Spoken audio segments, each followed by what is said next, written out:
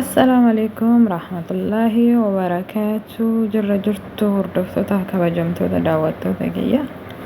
Viidiyoo kanarratti wanni akkaan ajaa'ibee akkaan immoo uummanni keenya kun yookaan immoo namni kun hagam akkasii yaadu yookaan immoo keessa ga'e yookaan immoo osoo ati yaadin waa hedduu namni si yaadu yookaan immoo karaa gaariitiin illee ta'uu danda'a, karaa badaatiin illee ta'uu danda'a. Baay'ee nama kolfisiisas nama gaddisiisas. Mucattiin tuni chaalenjii wayiitti dalagaa jira. Mucaan hiriyyaa teetiitti daawwaliitiniini fireendii yookaan fiqireenyaa keetiin adda ba'ee jedhiini.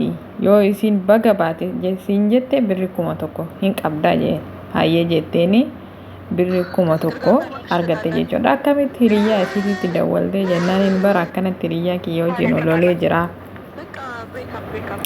Baga ololteen du'aayi kiyyatti du'aayi ani si godhen isaan ololtee jirti jettee alhamdulillah jette jechuudha. Mucattiin akkuma agartan kan kolfitee ajaa'ibamtee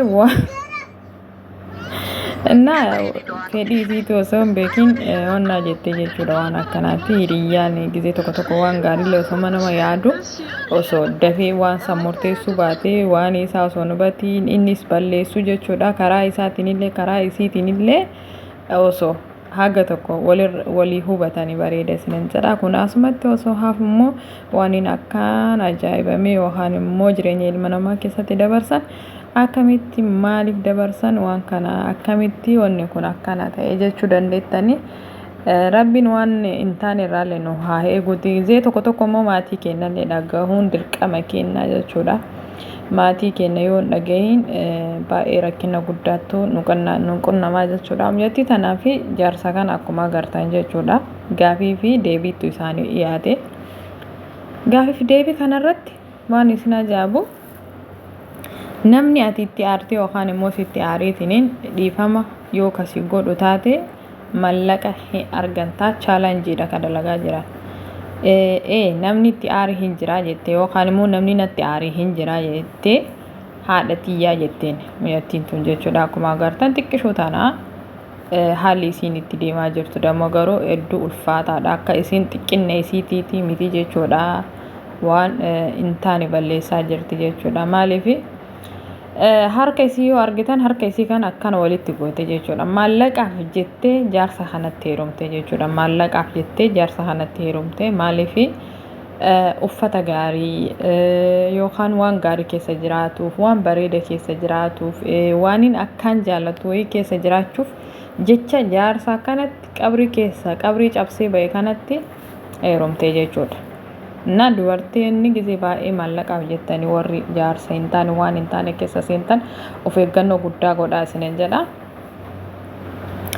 Haati isii hedduu arrabsitee jechuudha. Maatii isiitii fi warra isii hundaayyuu dhabdee jirti jechuudha. Garuu haa ta'u malee haati dhiifama gochuuf hin dandeenye.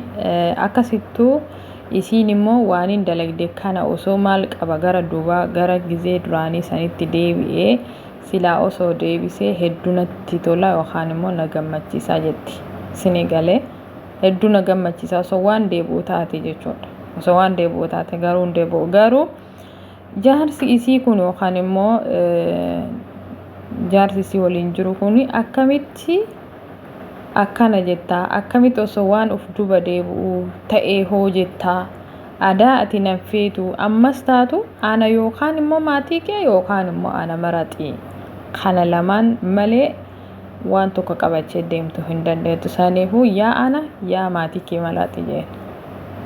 Isiin amma maatii maraxuuf maatii wajjin ololtee jirti. Wayita duraa silaa'uu maatii gatteetiniin isa waliin deemte yookaan immoo xiqqoo jedhanii naan araaramuu danda'an yookaan immoo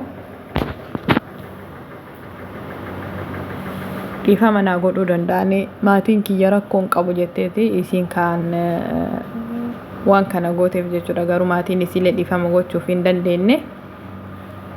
Argitanii jaarsi kun osoo isiin sin barbaadu yookaan immoo kalas maatii kiyya maraxxa jeeni achuma gatee deemuudha jechuudha. Hedduu aaree dallalee lolee jechuudha. Ani waa hunda sii ta'ee jira. Maatii abbaa haadha jaarsa hiriyyaa obboleessa hundayyuu sii ta'ee si jiraachisaa jira.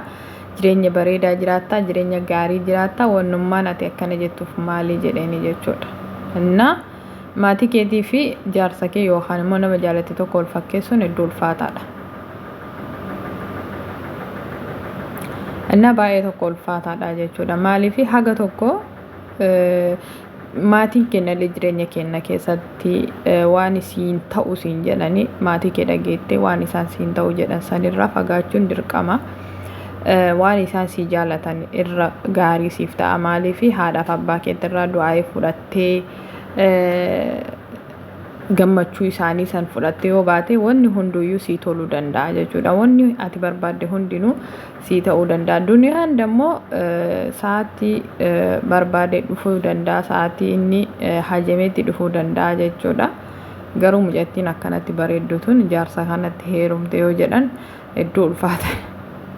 Hayi birrii tanaa waan naman goone hin qabdu jechuudha. Innaa waan akkasiiti maallaqni waa hedduu nu balleessee jira. Hedduullee nama gaddisiisa gochii isaan hojjetan kun jechuudha. Baay'ee tokko namatti dhaga'ama dhugaa. Innillee jechuudha maatii isii wajjin osoo araaramtee araarri bu'ee isiillee gammaddee garuu ni fe'a. Garuu immoo maatiin isii eeyyamamaa waan hin taaneef hedduu bakka san bu'uun barbaadu jechuudha. Garuu mucattiin tun hedduu galattee jirti hedduu tokko jechuudha. Akka isiin waan gaarii hin dalagne itti dhaga'amee jira jechuudha. Garuu amma warratti illee deebi'u maatii isiitti illee deebi'uu hin dandeettu jechuudha. Maaliif maatiin isiillee baay'ee tokko aaranii jiranii jechuudha. Baay'ee tokko dallananii jiran. Maaliif wanni kaleessa ta'e tokko of duuba deebi'uu waan hin dandeenyeef tole jechuun illee hin dandeenye. Garuu asumaan osoo maatiin isii dammoo bakka itti dhiisanii kalas isiin jireenya isii akka jiraattuuf dhiifama godhanii fi dhiisanii akka isiin hin aarree haga tokko gammachuu taate akka jiraattu osoo godhanii bareeda. Garuu maatiin isiillee itti dallanee jira. Garuu isiin immoo jireenya gara lamaaniittu cinqamtee jirti. Maaliif ka itti seente sunillee akka itti ulfaatu amma argitee jirti jechuudha. Maatiitti deebi'uuf dammoo maatiin qeebaluutti hin jiru jechuudha. Baay'ee tokko nama gaddisiisaa jechuudha.